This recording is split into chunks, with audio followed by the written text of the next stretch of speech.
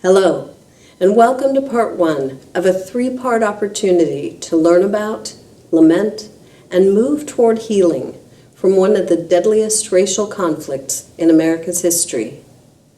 My name is Christy Rogers, moderator of the Synod of the Sons Network for Dismantling Racism. This network, formed in 2020 with the centennial of the Tulsa Race Massacre clearly in view, we recognized the anniversary would help ground us in the reality of hard history while encouraging us to act in the present with a view to improving the future. We hope we've captured that in our mission statement. In light of the centennial commemoration of the Tulsa Race Massacre and God's ongoing call to love and justice, we seek to open our eyes, ears, minds, and hearts to the atrocities of systemic racism and its consequences, to equip and engage for transformation throughout society. Our plans for in-person activities have been delayed, but we are grateful to offer three things in the near term. The first is this conversation with Hannibal Johnson, an expert on the Tulsa Race Massacre. Dr. Johnson will walk us through Tulsa's Greenwood district, a vibrant part of the city known nationally as Black Wall Street. He'll share the particular dynamics of a city trying to create a name for itself against the backdrop of racial tension, both locally and nationally, as well as the specific events that sparked the massacre in 1921. He'll bring us through that time to the present day.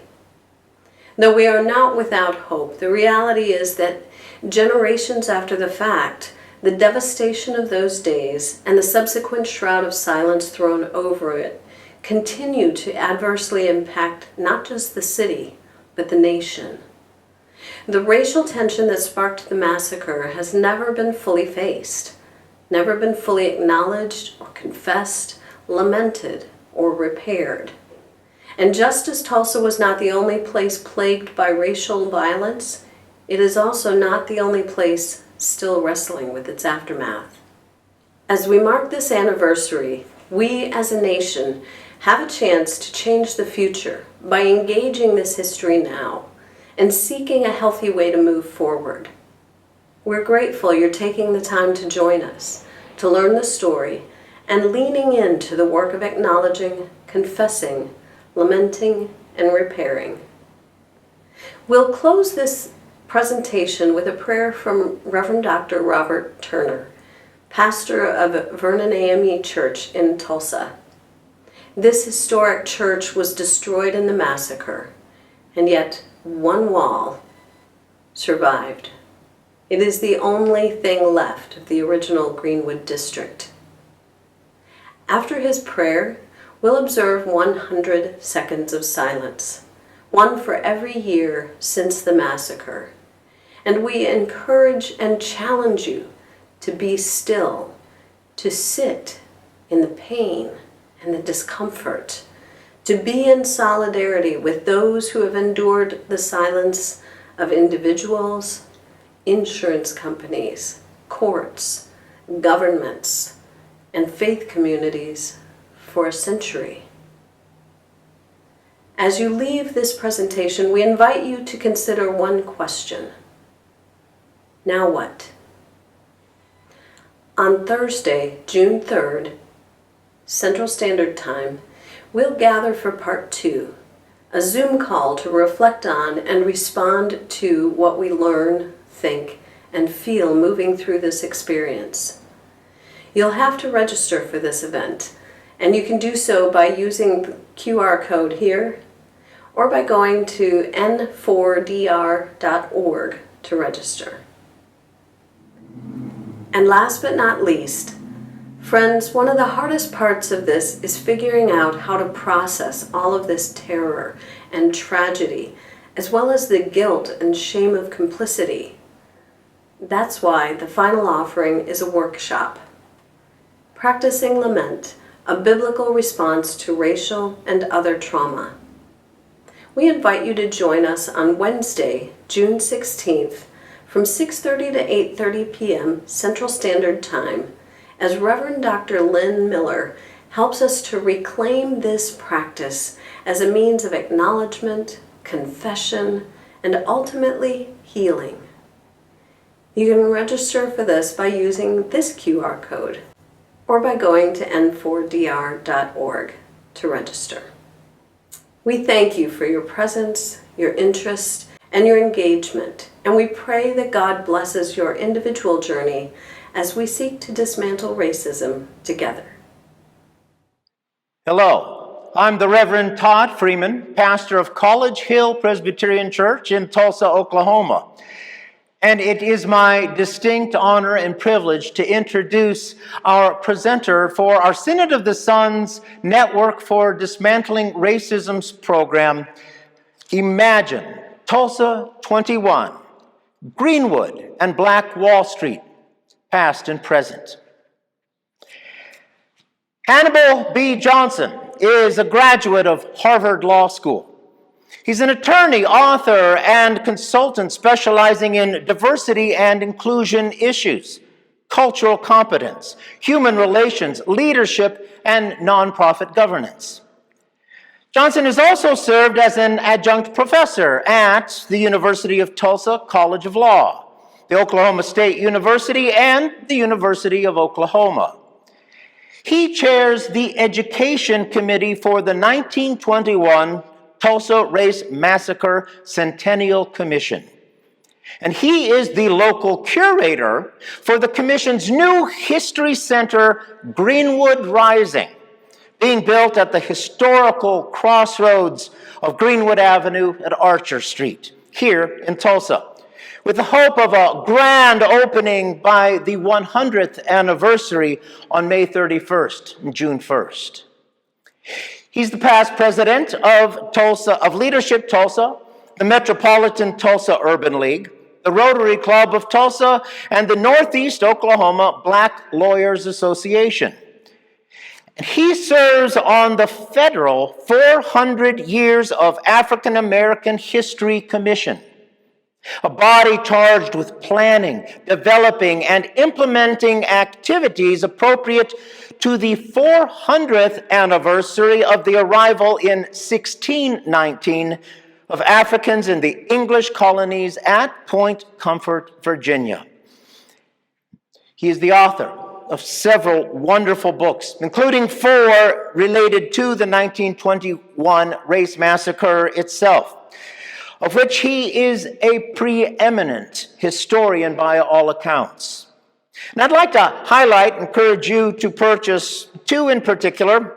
First is entitled Black Wall Street, From Riot to Renaissance in Tulsa's Historic Greenwood District. That's from 1998. Much more recently, in 2020, Black Wall Street 100, An American City Grapples with Its Historical Racial Trauma.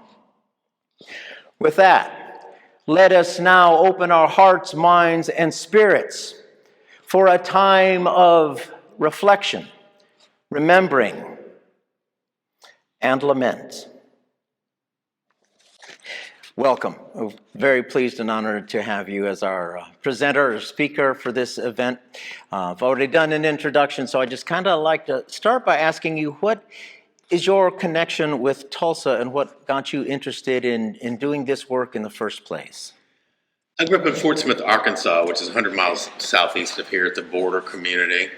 I really didn't have a lot of awareness about Tulsa, and certainly not about the historic African-American community known as the Greenwood District and Black Wall Street. So I moved here in the mid-1980s. I became involved in the community after I moved here. I came here to work for a law firm. One of the things that I began doing was writing a regular guest editorial column for the Black newspaper called the Oklahoma Eagle. And in that context, I was asked to write a series about the Black community, about the historic Greenwood community. And that's how I really discovered in earnest the riot, what's called the massacre today. Became really interested and ended up writing a book. Came out in 1998 called Black Wall Street, from riot to renaissance in Tulsa's historic Greenwood district. I think a lot of folks would be very interested to know how Greenwood district itself came into being. What helped it grow? What was it like just to walk around the streets back then? So the Greenwood district is, of course, part of the city of Tulsa. And Tulsa had an upward trajectory beginning around the turn of the century because of the discovery of oil. In fact, Tulsa went on to become the self-described oil capital of the world. So there was a lot of economic energy in and around Tulsa. The Greenwood district, the black community, kicked off in 1906. A fellow named O.W. Gurley, who was a relatively wealthy black businessman from Arkansas, he migrated to Oklahoma in the land run of 1889. And he ended up coming to Tulsa, purchasing some land, selling some land to other African Americans. He started a grocery store and a rooming house, and then businesses just proliferated after that. So in the Greenwood district, in its early years, you would find rooming houses and hotels and barbershops and beauty salons, movie theaters, dance halls, pool halls, haberdasheries, dress shops, pharmacies, laundries, dry cleaners, on and on and on.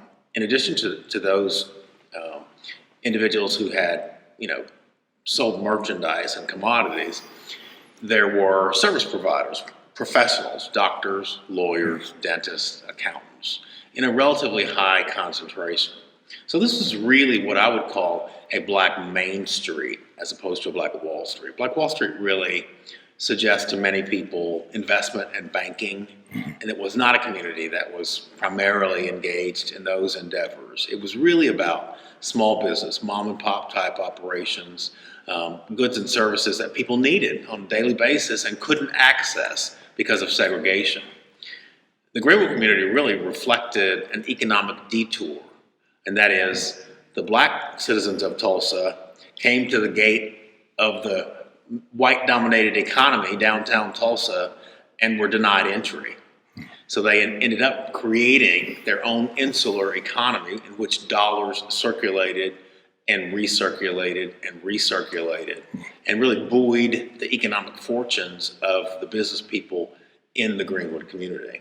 Now, they were aided by the fact that there was relative wealth among some black folks in Oklahoma because of ties to the Native American, specifically the 5 civilized tribes, the Cherokees, the Muskogee Creeks, the Choctaws, the Chickasaws, the Seminoles. All those tribes, many people don't know, engaged in the practice of chattel slavery and had people of African extraction among them as slaves, even when they migrated forcibly from the Southeast in the 1830s and 1840s to Indian Territory, again, what is now part of Oklahoma. So those black folks who were members of the 5 civilized tribes, just like their other tribal brethren and sisters, received land allotments in the late 1800s and early 1900s. Land was really an accession to wealth. So that made these people relatively well off economically. So it's those freedmen and other folks who helped really buoy the fortunes of business communities like the business community in Greenwood, Black Wall Street. Excellent. Describe race relations in general going on throughout the country, kind of that post-World War I, 1919, 1920, and then any specific issues that were going on here in Tulsa that led to the unrest. If I had to choose one word to describe race relations in the run-up to the massacre here in Tulsa in 1921, I think I would choose the word abysmal. Sociologists and historians often refer to this period as the nadir of race relations in America. Nadir is a word that means the low point. And they use that descriptor because this was a time of mass race riots. Race riot, I use my air quotes for race riots. That's a term of art that was used to describe these events. These were largely assaults on black communities. So in 1919, just 2 years prior to the 1921 Tulsa Race Massacre, there were more than 24 so-called race riots in America. In New York, in Philadelphia, in Baltimore, in Washington, D.C., in Chicago, in Elaine, Arkansas, in Longview, Texas, in Omaha, and I could go on and on and on. So bad was the problem that James Weldon Johnson of the NAACP described the summer and fall of 1919 as Red Summer. Red is a metaphorical reference to the blood spilled in the streets, mostly of African Americans, from this racial violence and racial trauma. Add to that the prevalence of lynching. Lynching is a form of domestic terrorism. Lynching is the vigilante justice meted out against someone or some group of people, usually some African American person, usually some African American male person, often for some real or perceived social slight or legal infraction. But the point of the lynchings, which were usually carried out with great brutality, these were hangings, shootings, burnings, castrations, dismemberments. The point of the lynching was to send a message to all of African Americans in the United States. It was not simply to punish the individual, but to really punish and stoke fear in the hearts and minds of the group to which that individual belonged. And again, these were mostly African American victims. So lynchings were prevalent throughout the United States during this period. In fact, let's look at Oklahoma. Oklahoma became a state in 1907. Between 1907 and 1920, the year preceding the 1921 Tulsa Race Massacre, there were 33 documented lynchings in Oklahoma. Of those lynchings, 27 of the victims were African Americans. One of the most grotesque and horrific lynchings in American history occurred in Okemah in 1911, the lynching of Laura Nelson and her teenage son, witnessed by a young Woody Guthrie. And wanted you to give a brief recap of the actual incident that triggered the 1921 Race Massacre, and from what I've read from your work, the role that media and newspaper played, and some of the jealousy and other things of why people wanted to take over Greenwood also in the first place. Yeah.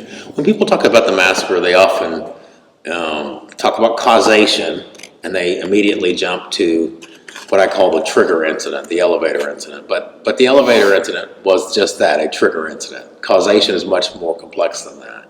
So it's the natural context that I've just described, the nature of race relations. It's the fact that the Greenwood community sat on land that was desired by industrialists and railroad executives.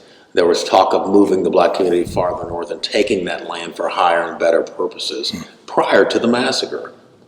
There was jealousy, what I call cognitive dissonance, which I think is it's a psychological term of art that applies perfectly in this situation. If you think about the prevailing philosophy around race of this time, which is white supremacy, and you imagine that there are white people in Tulsa living less well than the relatively wealthy black folks in the Greenwood district, then you can understand why there might be cognitive dissonance, which is a difference between what we perceive ought to be true and what is in fact true. And so then the question becomes, how do we harmonize that dissonance? So one way we harmonize that dissonance is to bring the people who we perceive to be above us down a couple of pegs, so that white supremacy really is the order of the day. That's part of it. The Klan had a great presence in Tulsa and in Oklahoma during the 1920s, beginning in the early 1920s, peaking in the late 1920s. And if you want to know more about the Klan, all you have to do is go a couple of feet to McFarland Library Special Collections on the campus of University of Tulsa. The rosters for the Klan from the 20s are there. Wow. And it's a veritable who's who list that lists names, street addresses, and occupations, preachers, teachers, doctors, lawyers. It's really a roster of some of the social elites. Add to all that the media, and in particular when we talk about the media in Tulsa in 1921, of course we're talking about newspapers, but we're talking primarily about the Tulsa Tribune, which is one of the daily newspapers that came out in the afternoon. So Tulsa in 1921, in the run-up to the massacre, which was May 31st through June 1st of 1921, was a tinderbox or a powder keg. Needed only a match, an igniter, a catalyst to set the community alight. And that catalyst, that igniter, that match, was an incident that involved two teenagers. A 19-year-old black boy whose name was Dick Rowland, who shined shoes for a living downtown. A 17-year-old white girl whose name was Sarah Page, who operated an elevator manually in the Drexel building downtown. It began on Monday, May 30th, 1921, curiously Memorial Day. Dick Rowland was shining shoes. He needed to use the restroom. Tulsa was a very segregated city. He had really a limit to the options in terms of relieving himself. He knew that there was a restroom in the Drexel building, so he walked over there. He boarded the elevator. Sarah Page was operating the elevator, again, manually. Something happened on the elevator. We don't know exactly what, we never will. But it's likely that Dick Rowland bumped into, brushed up against, or stepped on the foot of Sarah Page. In any event, she overreacted. She began to scream. The elevator landed back in the lobby. Dick Rowland, of course, frightened at her screams, ran from the elevator, understandably. Sarah Page, distraught, exited the elevator. She was met by a clerk from Renberg's locally owned store. She told him her story of being assaulted on the elevator. He was concerned, again, understandably, if he believed that to be true. He called the police. Sarah Page ultimately retracted or recanted that initial story. Unfortunately, the recantation came late. And it came late in part because of the role of the Tulsa Tribune, the daily afternoon newspaper I mentioned earlier. The Tulsa Tribune published a story the next day, which would have been May 31st, 1921. It was entitled "Nabbed Negro for Attacking Girl in an Elevator." And that pretty much telegraphs the substance of the story. It was a false narrative of essentially an attempted rape in broad daylight in a public building in downtown Tulsa. And the article went out of its way to make Sarah Page look virtuous, and as a corollary, make Dick Rowland look villainous. It had its desired effect. It really fomented hostility in sectors of the white community. A large white mob, mostly men, overwhelmingly men, gathered on the lawn of the courthouse. Dick Rowland was arrested and taken to the jail, which sat atop the courthouse. There was talk of lynching Dick Rowland, seizing him and executing vigilante justice. Black men became concerned. They heard the talk about lynching. They had some conversations with the Sheriff McCullough. Several dozen black men, some of them armed, some of them World War I veterans who knew how to use their weapons, marched down to the courthouse to protect Dick Rowland. Now, there had been a lynching just 9 months prior in the Tulsa area. Lynching of a teenage white boy who had been accused of murdering a taxi cab driver. Eyewitnesses say that there was a large police presence at the lynching of Roy Belton, this white boy. And in fact, police reportedly directed traffic. It was a huge community event. People fought for scraps of his clothing after he had been hanged because they wanted to have souvenirs. So this is the context in which the arrest and the threats against Dick Rowland unfurls. So these black men marched down to the courthouse, again, several dozen in number. The white mob numbered ultimately in the thousands. Words were exchanged between the larger white group and the smaller black group. A white man tried to take a black man's gun, the gun discharged, and in the words of some of the riot survivors, all hell broke loose after that. The violence lasted roughly 16 hours. It was quelled by a unit of the National Guard, which came in from Oklahoma City at the direction of the governor. When the dust settled, we believe somewhere between 100 and 300 people were killed. Now, the official death toll is 37, 25 African American and 12 white. Nobody who's really seriously studied this in a scholarly way believes that to be accurate for a number of reasons. Record-keeping issues with people who were injured and left town, died elsewhere, the possibility of mass graves, which I'm sure we'll talk about a little bit later, all sorts of reasons why that count is low. But the most definitive source on things like the death toll is the report of the Commission to Study the Tulsa Race Riot of 1921. And that report was issued in February of 2001. So again, we believe somewhere between 100 and 300 people were killed, hundreds of people were injured. Property damage was estimated at the time, conservatively, at $1.5 to $2 million. So even that conservative figure, if we translate that to present value, is well over $25 million today. And it's likely much, much more than that. Many black folks were rounded up and put in internment centers during the height of the chaos. Very much like people of Japanese ancestry were interned during World War II. And the Red Cross provided relief in terms of health care, food, shelter, and clothing. By all accounts, did a great job. Maurice Willows, who was the grandfather of a local newsman, Bob Howard, late Bob Howard, he ran the Red Cross. And in materials that were written, newspaper articles and such that followed the incident in 1921, both members of the black community and members of the white community called the Red Cross Angels of Mercy for their incredible role in helping to heal the immediate wounds of the massacre. Now, there are a couple of churches that still exist in downtown that were extraordinarily helpful as well. First Presbyterian Church and Holy Family Cathedral, in terms of post-massacre relief, food, shelter, clothing, etc. Yeah, I was going to ask, because you have it beautifully documented in your latest book about the role of First Presbyterian Church and its pastor, Dr. Charles William Kerr, who became the pastor there in 1900, and his wife, Annie Elizabeth, both what they did during the massacre itself, but then also his efforts to petition a congressional investigation and how that congregation responded. That somewhat goes back to the KKK issue too, I might suspect.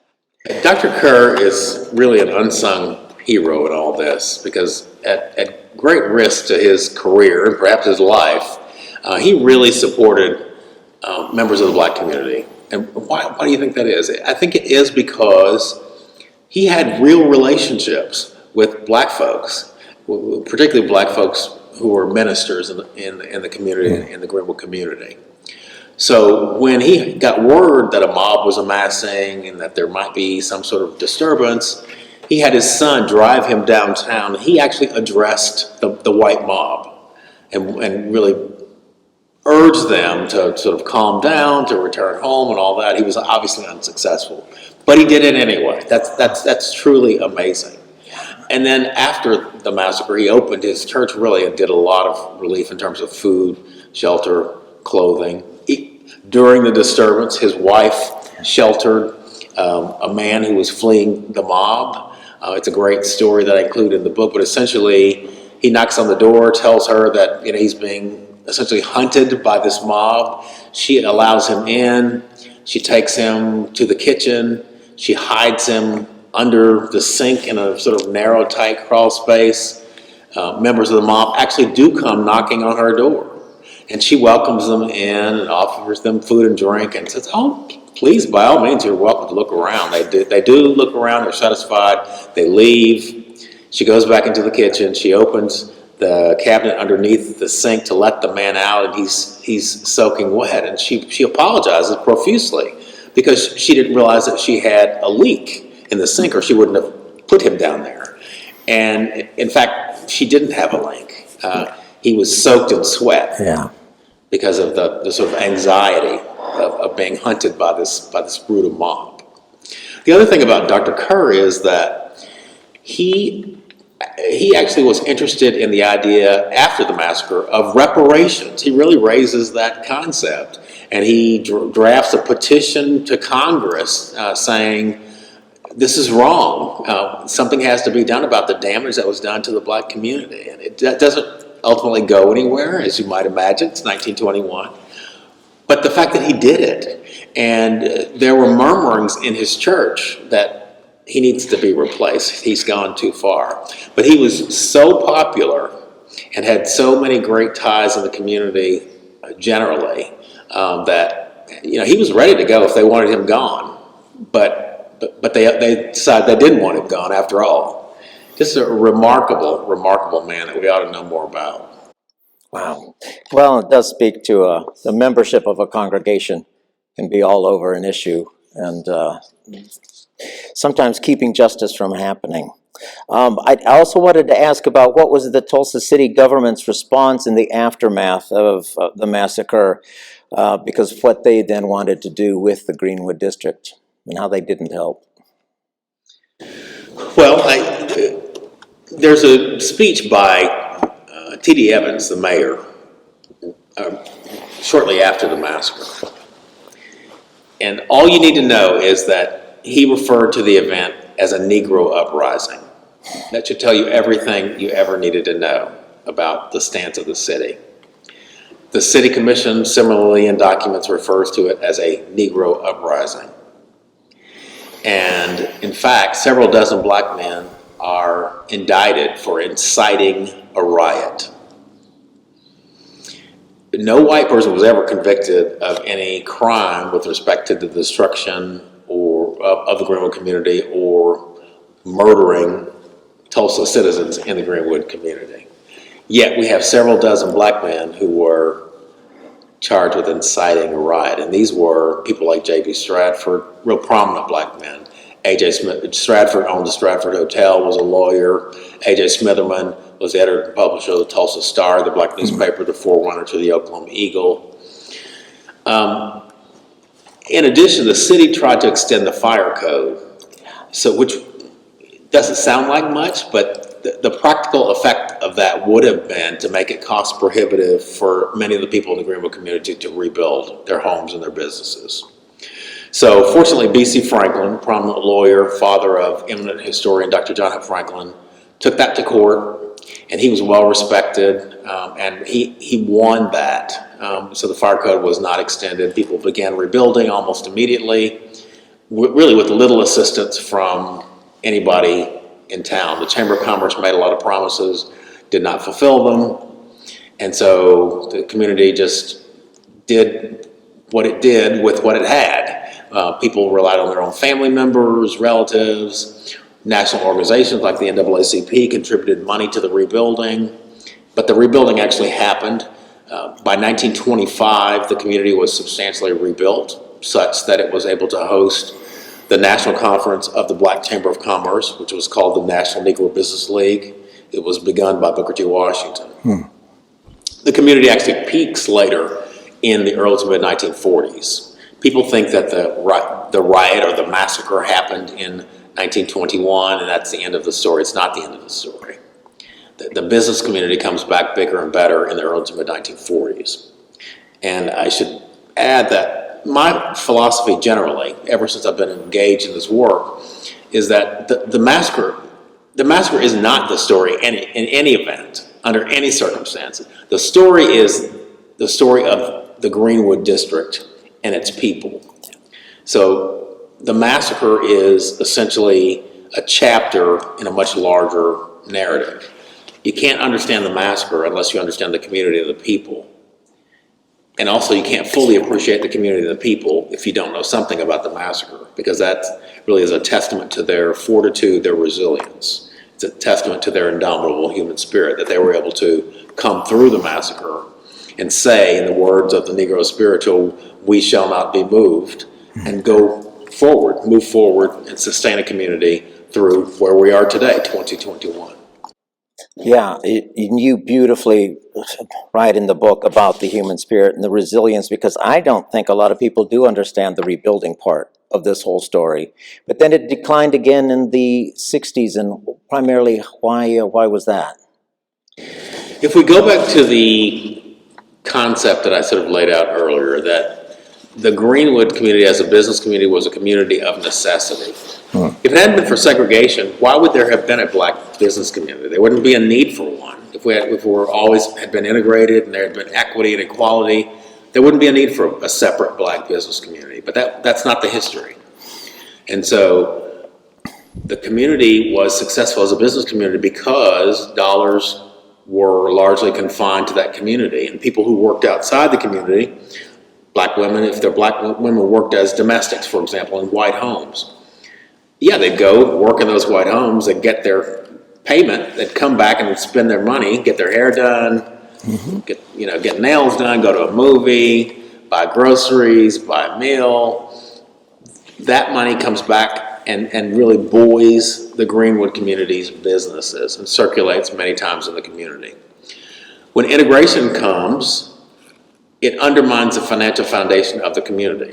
Why is that? Because I assume that black people are at least as rational consumers as everybody else. So for a rational consumer, when things open up and you have a wider variety of goods and services from which to choose at preferable price points, then dollars begin to flow out to those other goods and services at those other price points, and it undermines the financial foundation of the Greenwood community. And of course, the ultimate irony is you have black folks in the civil rights movement lobbying for integration, and then integration becomes one of the major culprits in undermining the economic health of the segregated black community.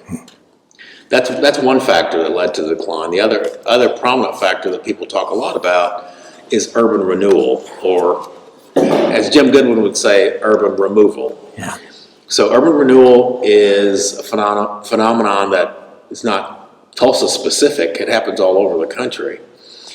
And let's just assume that most urban renewal efforts were benign. I mean, the whole idea behind urban renewal is to rid communities of blight. What typically happened, though, not just here but elsewhere, is that blight really was something that was characteristic of communities of color, at least in the minds of the people who were executing these plans. And those communities are communities that are the least politically powerful.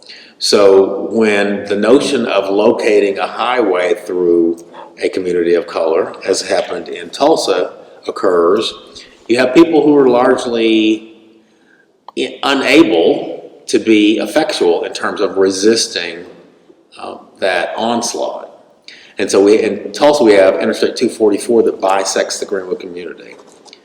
I've talked in Indianapolis and Minneapolis and Washington, D.C., and when I tell them that, it really resonates because the same things have happened in other communities as well.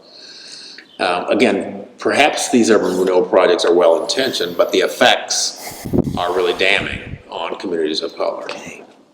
Wow. Why the historical conspiracy of silence here in Tulsa for so many decades?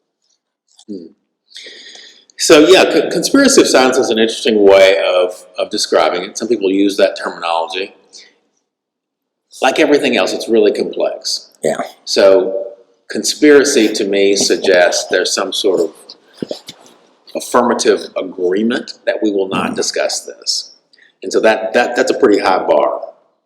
I think there are a number of factors that came together to create the silence that has existed over time. Some of the factors are psychological factors. So the massacre happens in 1921. What's going on in 1921?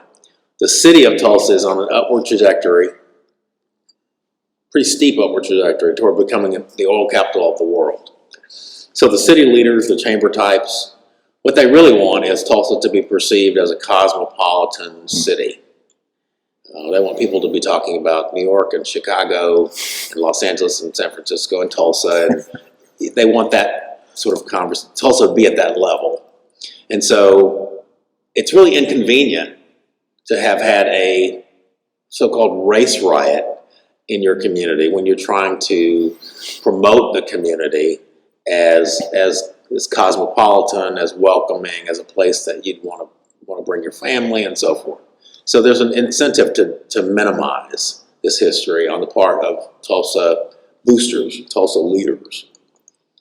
There is shame in sectors of the white community reflected in the newspapers. People who are wondering, how did we let this happen to our city?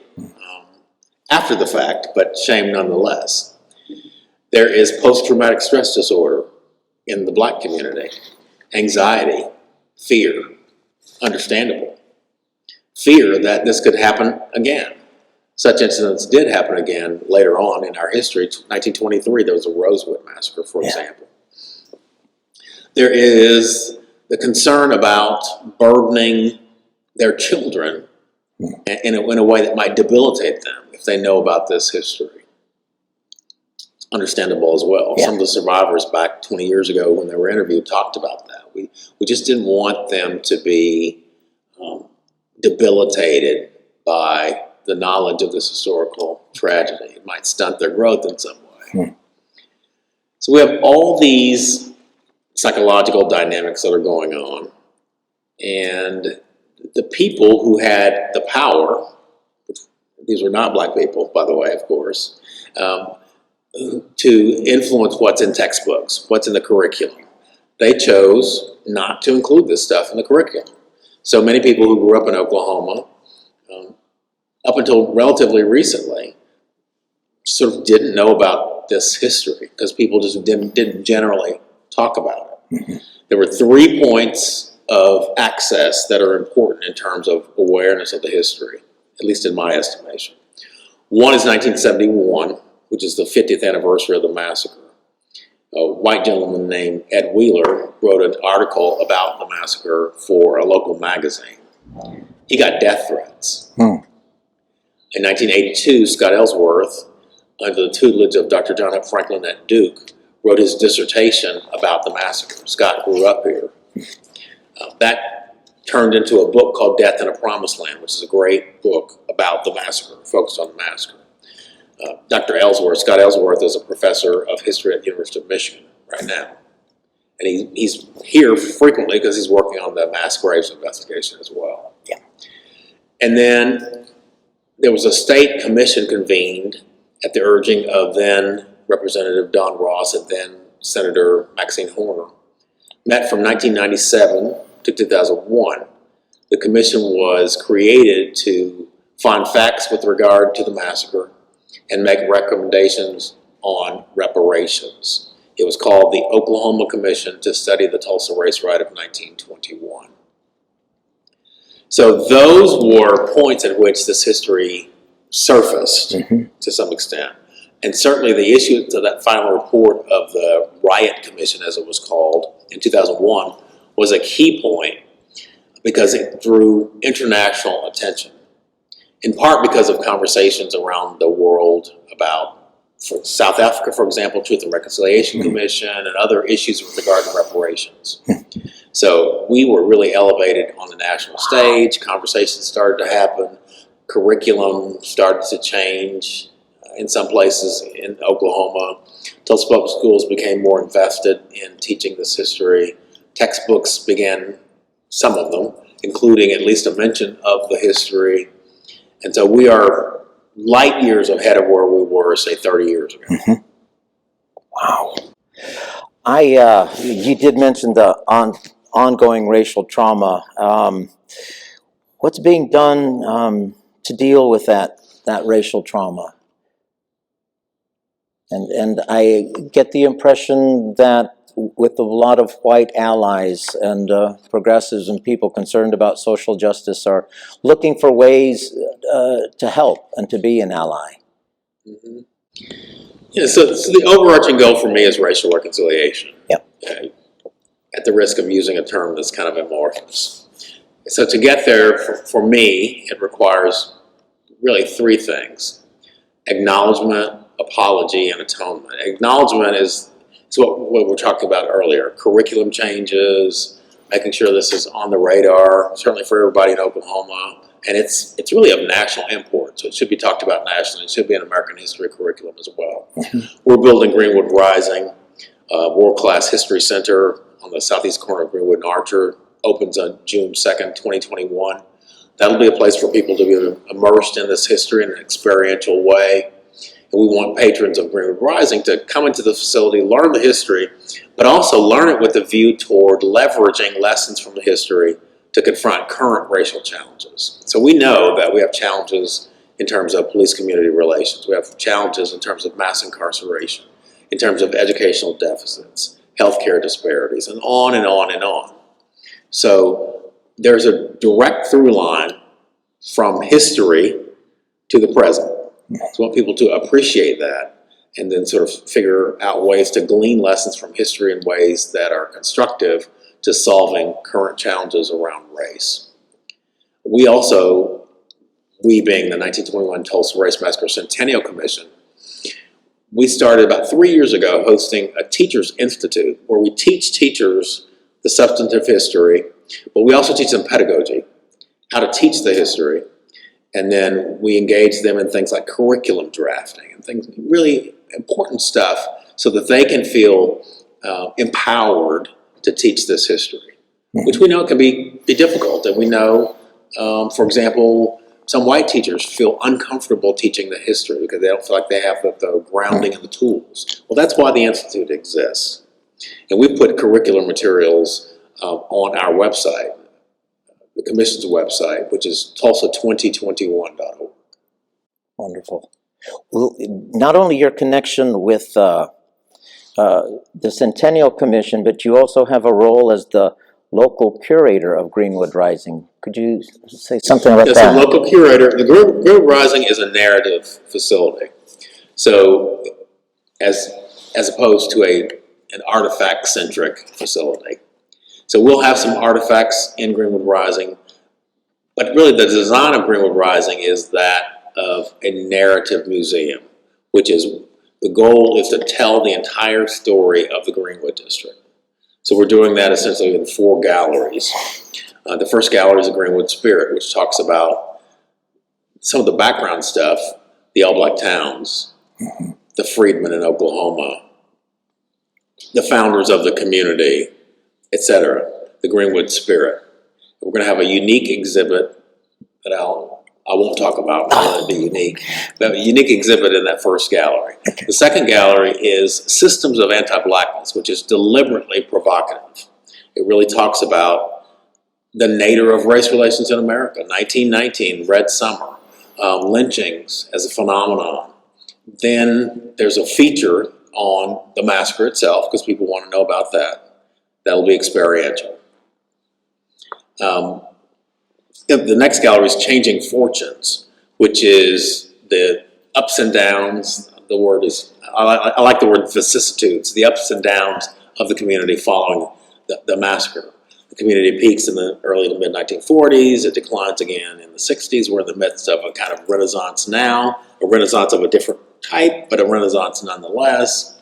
And then the final gallery is Journey to Reconciliation. The point there is really to leverage the lessons from the history, as I mentioned earlier, to think about how we can apply them to current challenges. So we'll pose some questions for dialogue. There's a space in Journey to Reconciliation where people can leave a commitment statement, which we think is really important. The commitment statement and that you hold yourself accountable to. What is it that you're going to do? What is your role in terms of promoting and facilitating racial reconciliation? Wow. Couple more things. This being part of a faith community discussion, I don't want to let you off the hook completely about your what I call the triad, and Presbyterians are particularly into things in 3, but your acknowledgement, apology, and atonement. Yeah. And the atonement, because so many people want to say reconciliation is just saying we're sorry and being done with it. Confession is a huge part of it. But the atonement part, making things right, does deal with the issue of reparations. Right. And just say a bit more about what we can do to help the atonement part of that. Yeah, and I don't want to skip over apology either. I mean, yes. So acknowledgement, teaching the history, so forth, engaging around the history. Apology, certainly literal apologies are helpful. Chief Jordan, former police chief, made an apology on behalf of the police department 7 or 8 years ago. He did it at John F. Franklin Reconciliation Park. And it was something that was on his heart. He wanted to do that because the police were derelict in their duty back in 1921. The police did deputize people who destroyed the Greenwood community and the lives in it. So he felt it important to make a public apology while he was chief, and he did that, and I think it was important and significant. But beyond just literal apologies, in that category, I want to encourage people to think about how we develop compassion and empathy in people generally for people who have suffered and continue to suffer from historical racial trauma. So that's the apology piece. Yep. And the atonement, I use atonement synonymously with reparations. Making amends, repairing damage, that's atonement, that's reparations. For me, and for I think a number of other people who have thought about these issues carefully, there's a bundle of things that we can do in terms of atonement. It might be identifying and paying some cash sum to living survivors or heirs of survivors. That's one way to repair damage. Mm-hmm. It might be creating something like a Greenwood Rising like we're doing, so that people can have a space to engage around this history, learn about it, and dialogue around it. If the goal is to make our community better, then the sort of realm of possibilities is infinitely larger, right? So I would argue that, and this may sound, a little odd. I would argue that the entire community of Tulsa was damaged by the massacre. It is true that the black community was the most direct and immediate victim, but I would argue that the white community was harmed and damaged in a different, more subtle way. Mm-hmm. And so our goal, I think, is to bring the community together in a holistic way. So our thinking perhaps should be broad enough that we have a number of different things going on simultaneously, avenues that we're pursuing to bring the community together. Certainly dialogue is a part of it. And so yes, what can people do? Any organization, especially a church, can facilitate dialogue. Mm-hmm. The first thing that I suggest that people do, and I would suggest the same for an organization, is look in the mirror, do some introspection, and see what you're doing and what you're not doing.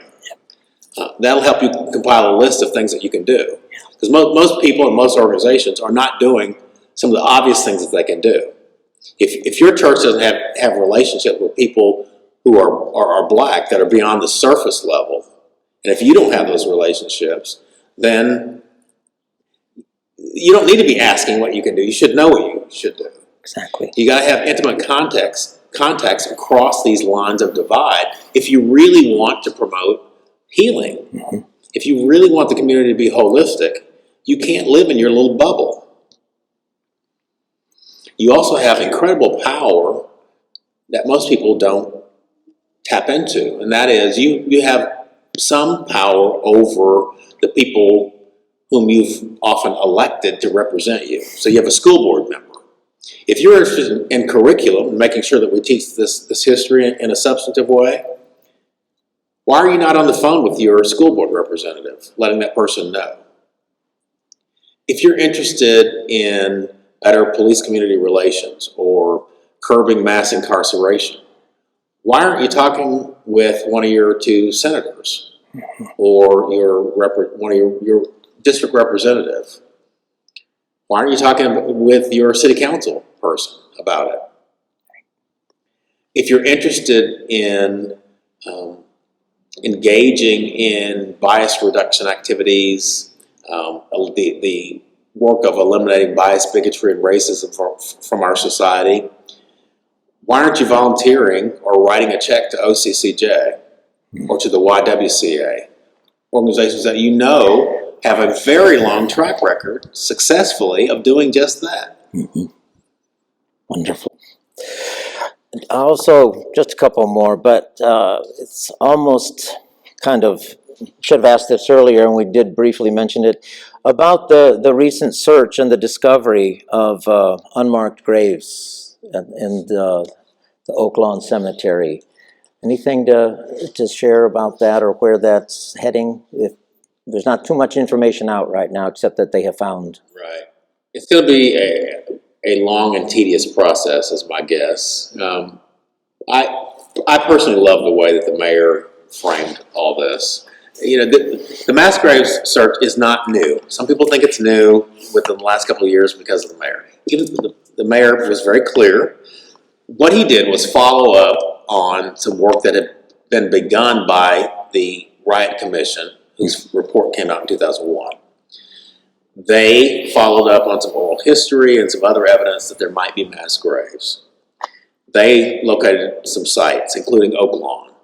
They engaged an archaeologist. They did scientific work at Oak Lawn and found that there might be anomalies, or that there were anomalies under the ground, which indicate there might be something there. Mm-hmm. The commission then went out of business in 2001 and the work just ceased. So the mayor really restarted that work. And he said, I'm just going to paraphrase, he said basically, if there are unsolved murders in Tulsa, it's our moral obligation to solve them as best we can. I absolutely think that's a perfect framing for this. Yeah. It's perfect. He didn't say there are. If there are, mm-hmm. we have a moral obligation to do the work necessary to find them. And so we're going to do that work, and we may find something, we may not. So far, Oak Lawn Cemetery is the prime site. There are a couple of other sites. Mm-hmm. Archaeological work has been done at Oak Lawn. Recently, there was an excavation, or at least a partial excavation, and remains were found.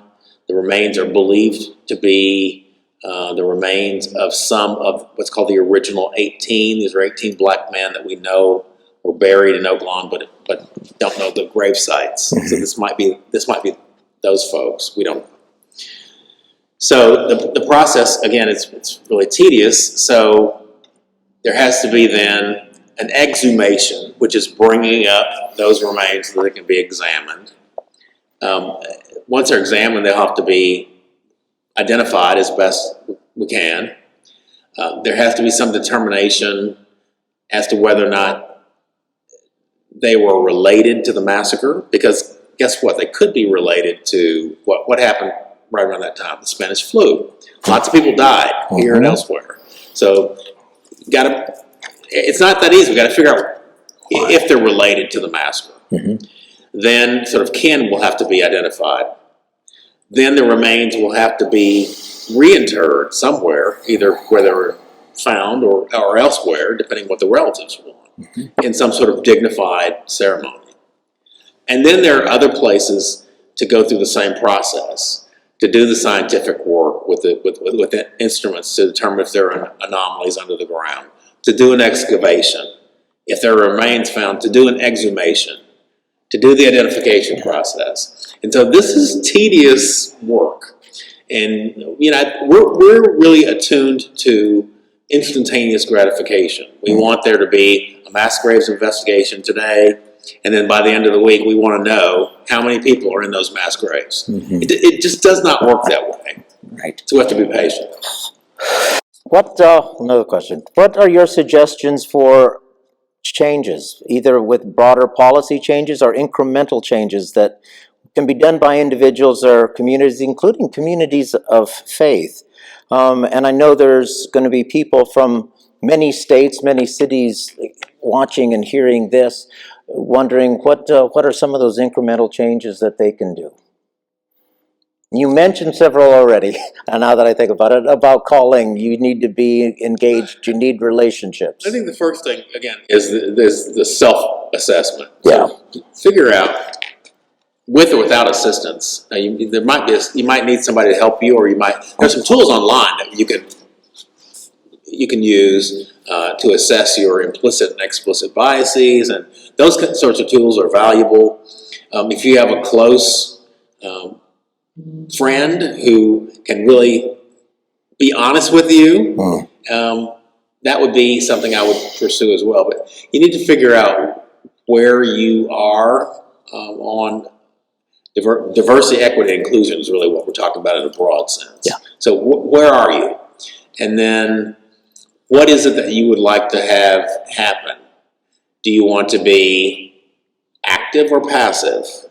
So you can be active as a volunteer or engaging in various activities with groups and such. You can be passive by writing a check, supporting organizations that are doing the work that you want to have done. Who is in your circle? I think is an easy question to ask. And what's less easy is to be honest about it. So you might have a Black or a Latinx business colleague that you work with and you go to lunch with on occasion. But is that person really your friend on anything other than a superficial level? Is that somebody that you call after the verdict in Minneapolis and have a heart-to-heart about how you feel about what just happened? If it's not, then you don't really have the kind of intimates that you need to foster the kind of diversity, equity, and inclusion that I'm interested in seeing. Last question. What's giving you hope at this time? Well, for me, it's an easy question because if I don't have hope, then what's the point? Dr. King, I love this Dr. King quote. He said, we must accept finite disappointments, but we must never lose infinite hope. So that's sort of my general philosophy. It's not that I don't get frustrated or PO'd. I do, but I generally have hope because I tend to work around and on initiatives that promote at least incremental change. And so I feel like those successes, however minor or incremental they are, really balance out the frustration that I feel when it seems like sometimes on issues like police community relations, not here necessarily, but generally, it seems like we take one step forward and two steps back, one step forward, two steps back. That is frustrating. But again, I know that at least here, because I work directly with the police on some initiatives, that we're making some progress. It's not perfect, but we're making some progress. And so I have hope. Fantastic. I know you're going to be one of the busiest people in town between now and the anniversary and then afterwards as well. So again, it's an honor that you've spent so much time with us. This is going to make a difference for a lot of people, and I'm deeply grateful. Great. So thank you. Enjoyed it. Thank you. You're welcome.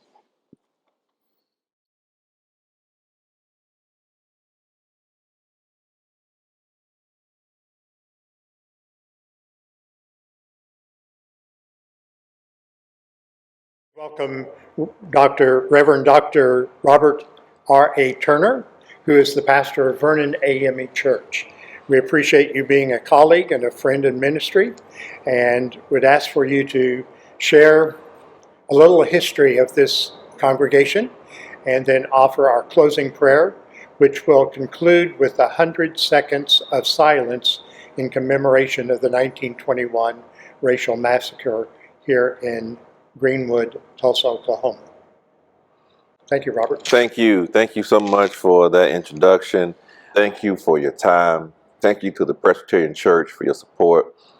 We are here at the historic Vernon African Methodist Episcopal Church, where we were started in 1905 right here in the Greenwood District and came here to Greenwood Avenue in 1908. And built our basement in 1914 and finished it in 1919. And in 1921, began building our superstructure that was destroyed in the Tulsa Race Massacre of 1921. But miraculously, our basement survived, and we still worship here today. Won't you pray with me? Dear God, our Father, we are your children.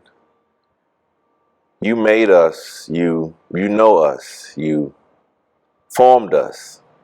You gave us the breath of life. And God, we come here in this sacred space. We come here at this momentous time to offer unto you our prayers, to offer unto you our repentance, praying that you have mercy on us. Forgive us as a church, forgive us as a people, forgive us as a nation for not living up to what we ought to be.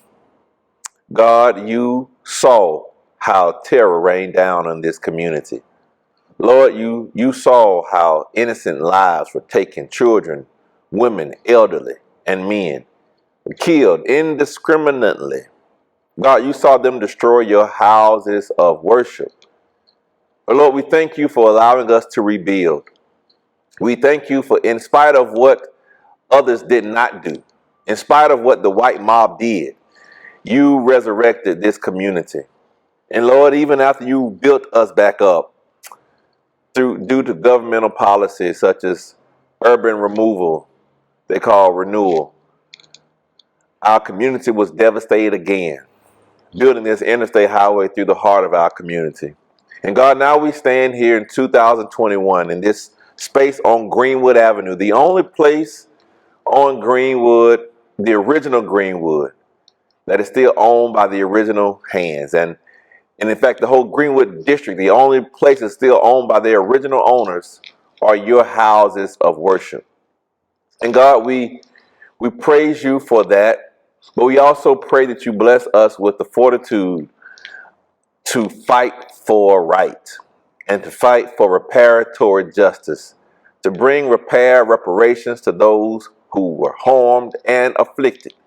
We pray for the strength to not care about political polls, but to care about what you have called us to do, to love mercy and to walk humbly with our God.